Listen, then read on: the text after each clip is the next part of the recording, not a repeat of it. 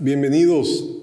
Estamos ya en la recta final, en el penúltimo tema de teoría de la arquitectura. Y vamos a hablar sobre las condiciones del mercado profesional en las circunstancias económicas, políticas en la actualidad. Es un tema bastante difícil y que, por lo tanto, recibí ayuda. Y vamos a cambiar el método de cómo estamos dando la clase. ¿Cómo lo vamos a cambiar? Pues recibiendo preguntas, contestando preguntas, diferentes preguntas, precisamente sobre el quehacer arquitectónico en el contexto actual, proyectado hacia el futuro. Entonces vamos a responder en esta sección 5 preguntas que me llegaron sobre la práctica profesional en nuestro contexto. La primera que me llegó sería: ¿cómo han cambiado las demandas de los clientes en los últimos años? Muy importante.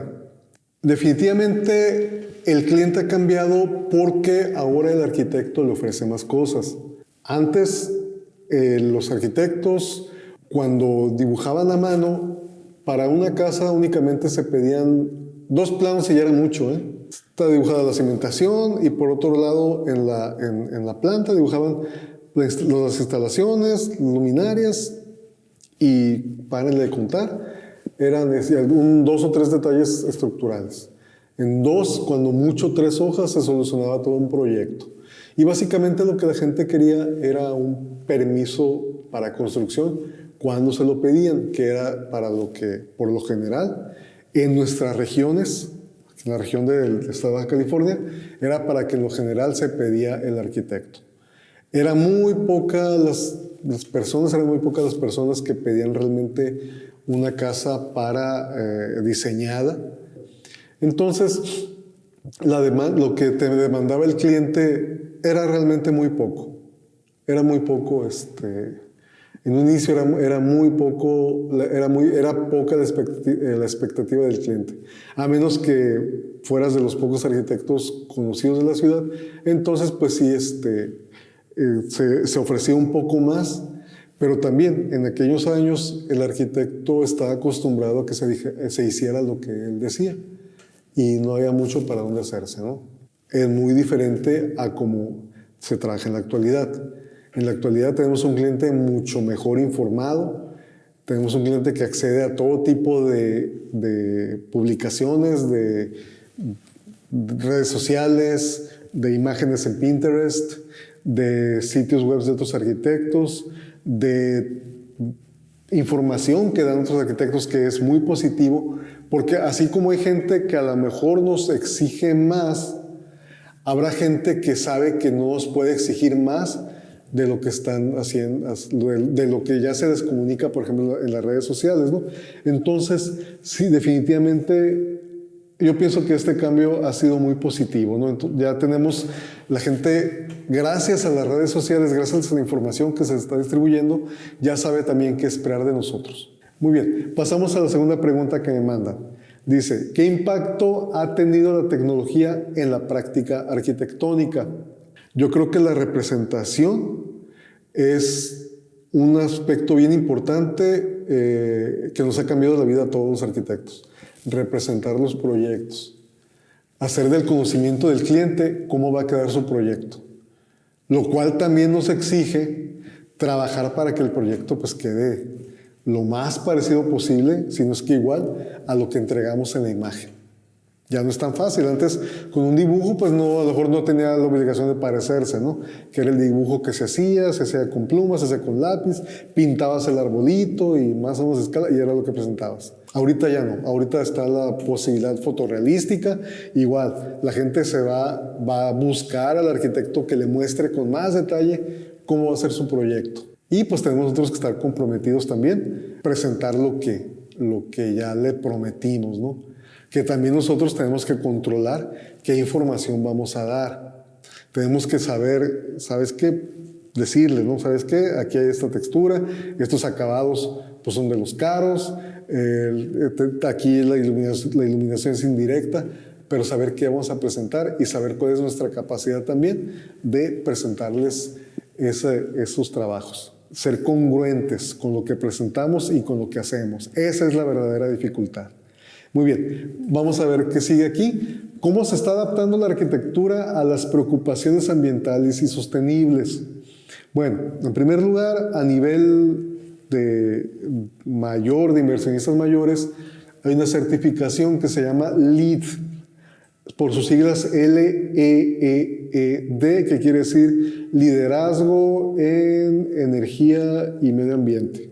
Existe entonces el liderazgo en energía y medio ambiente, o LEED en inglés. Esa certificación obliga o demanda más bien al inversionista y al proyectista a construir un edificio, ahora sí, con la menor huella de carbono posible. ¿Qué quiere decir? Que, por ejemplo, sus materiales de construcción deben de ser lo más próximo posible para no gastar para no contaminar mucho el ambiente, gastando combustibles fósiles, moviendo, por ejemplo, unos mármoles desde Europa o desde Turquía para traértelos a construirte un piso o unos acabados aquí. Entonces, esa es una de las situaciones con las que se plantea. La otra es reutilizar el agua de lluvia. La otra es usar la ventilación cruzada, usar la ventilación natural. No recurrir tanto al aire acondicionado. La otra es mantener niveles de habitabilidad y generar microclimas adentro de los edificios y usar sobre todo mucha luz solar. También usar fachadas ventiladas. Ya no se vale tener la fachada de vidrio frente a donde te da el sol, ¿no? Entonces ahora se usa tener una sobrefachada para que no te pegue directamente el sol. Y por lo tanto generar mucho más gasto de aire acondicionado. Entonces todos esos son puntos que hay que cumplir en esa certificación, pero ese es un nivel de inversionista ya un nivel muy superior. En nuestro nivel, ahora sí que en el nivel de la tierra, en el nivel que también vamos a trabajar, que podemos empezar a trabajar nosotros, sería, como ya lo hemos comentado, proteger a la casa del sol, aprovechar los vientos dominantes, sembrar un jardín, crear microclimas dentro de la casa que se logran con plantas, con humedad, para que sea una vivienda agradable. Esa es la manera de adaptarnos y hacer nuestros proyectos más sostenibles y sobre todo más habitables. Los principios que vimos del LED también los podemos aplicar en nuestros proyectos más micro, más personales. Muy bien, una pregunta bien abierta. ¿Qué tipo de proyectos están en auge actualmente? Muy bien, esa es una pregunta muy buena. Yo les voy a comentar que como arquitecto asesor inmobiliario les puedo decir que una vivienda que se pueda vender con todo el terreno entre 1 millón y 2 millones de pesos hasta 2 millones y medio es una venta pues garantizada. La vivienda en sí. La vivienda es un problema que hay que solucionar, es un problema que se enfrenta a todo el gobierno y todo el mundo en general. Entonces, los proyectos de vivienda, tanto unifamiliares como multifamiliares bien hechos, son proyectos que tienen garantía de que se vendan. Otros proyectos también que los arquitectos debemos de participar, son los proyectos urbanos, los proyectos en donde desarrollemos acupuntura urbana en la ciudad, mejorar la calidad de vida dentro de la ciudad, parques, andadores, recorridos, etc. Son muy buenos proyectos. ¿Qué otro tipo de proyectos están en auge? Definitivamente todo lo que corresponde a equipamiento urbano está en auge también. Y en general, pues habrá que revisar en los indicadores económicos, ¿no? Por ejemplo, ahorita se habla mucho del nearshoring, o sea, de establecer industrias aquí en México para distribución en Estados Unidos. También es algo bastante bastante útil que hay que tomar en cuenta. Pero, pues, cierro regresando en el principio, ¿no? La vivienda asequible es uno de los mejores proyectos que va a poder uno desarrollar. Por último, en esta sección de preguntas, ¿cómo afectan las políticas gubernamentales a la arquitectura y al desarrollo urbano? Son determinantes. Las políticas gubernamentales son determinantes. Si para nosotros hacer un proyecto a nivel urbano, vamos a revisar el Plan Nacional de Desarrollo para ver, si es congruente nuestro proyecto con el plan. Si es muy seguro que el plan de desarrollo a lo mejor destina recursos o destina créditos para cierto tipo de proyecto, para vivienda, por ejemplo, para educación, etc. Entonces, si nosotros alineamos nuestro proyecto a los planes de desarrollo, tanto nacional como estatal, seguramente vamos a tener facilidades para poderlo ejecutar. Siempre el arquitecto, a partir, pues, yo creo que de hecho, la arquitectura y el gobierno han trabajado juntos desde siempre, desde los tiempos de Imhotep, desde el año 4000 a.C. Y en el 2024 tampoco es diferente. La arquitectura va muy de la mano con el gobierno. ¿Y qué es lo que tenemos que hacer nosotros? Revisar los planes urbanos, los planes de desarrollo, y donde nos diga, se le va a dar impulso a una vida digna en la ciudad. Entonces ya sabemos que son parques urbanos. Se le va a dar impulso a la vivienda, se le va a dar impulso a la industria, se le va a dar impulso a la educación. Ya sabemos nosotros cómo asesorar a un inversor para decirle, ¿sabes qué? Va a haber impulso a la educación, entonces seguramente haya créditos o haya un tratamiento especial si tú vas a destinar tus recursos en la construcción de un proyecto educativo. También, por el lado normativo, también hay mucha influencia, ¿no? ¿Por qué? Porque vamos a tener, ya a nivel ciudad, vamos a tener una carta urbana.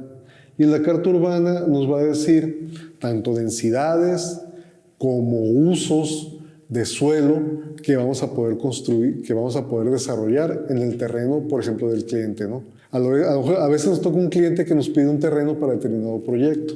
Nos vamos a ir a la normatividad y le va a decir, aquí se puede. Y a lo mejor tenemos un inversionista que ya tiene el terreno y nos va a preguntar qué podemos hacer en ese terreno.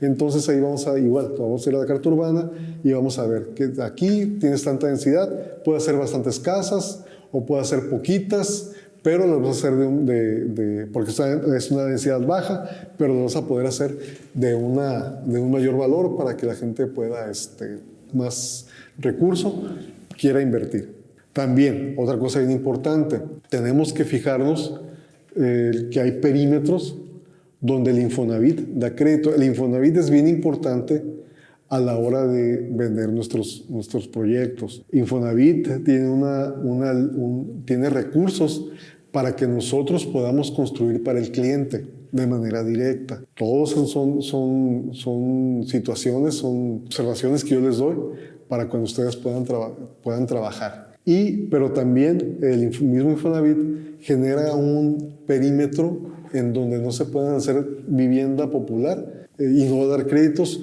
¿Por qué? Porque a lo mejor la gente le va a quedar muy lejos para ir a su trabajo. Entonces, toda esa serie de políticas que son innumerables, podría tardar una semana hablando de eso. Toda la serie de políticas que hay, definitivamente siempre van a tener un impacto sobre nuestros proyectos y también sobre el desarrollo urbano. Vamos a dejar hasta aquí las preguntas y continuaremos en la siguiente sesión. Gracias.